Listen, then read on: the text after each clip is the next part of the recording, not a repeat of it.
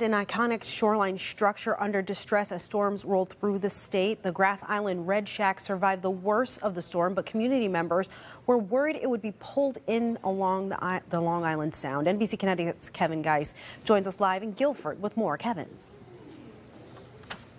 Yeah, Kyle, the good news is that the Red Shack has survived a critical high tide, but of course, a lot of people coming out just to see this structure as it's sort of slowly moving its way toward Long Island Sound and hanging on by just a thread.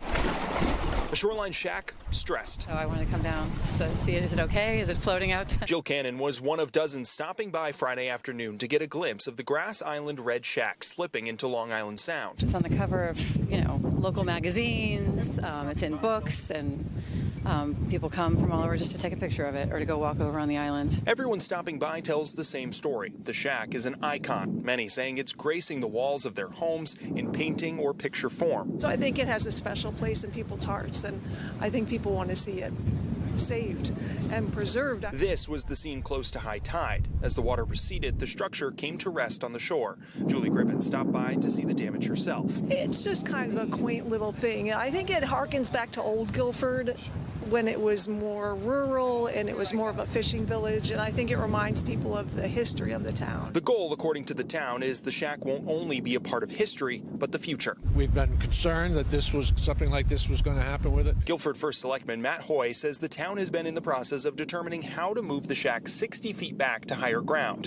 The start of the planned move was a week away. We'll make some kind of assessment on how we can either anchor it or try to move it or disassemble it so that we can put it back together once we move it. Many just holding hope it isn't a day too late. It'll be good news when we see somebody over here.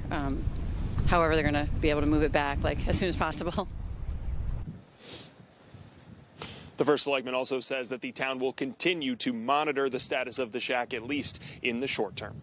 We're live in Guilford tonight. Kevin Geis, NBC Connecticut News. Kyle, back to you.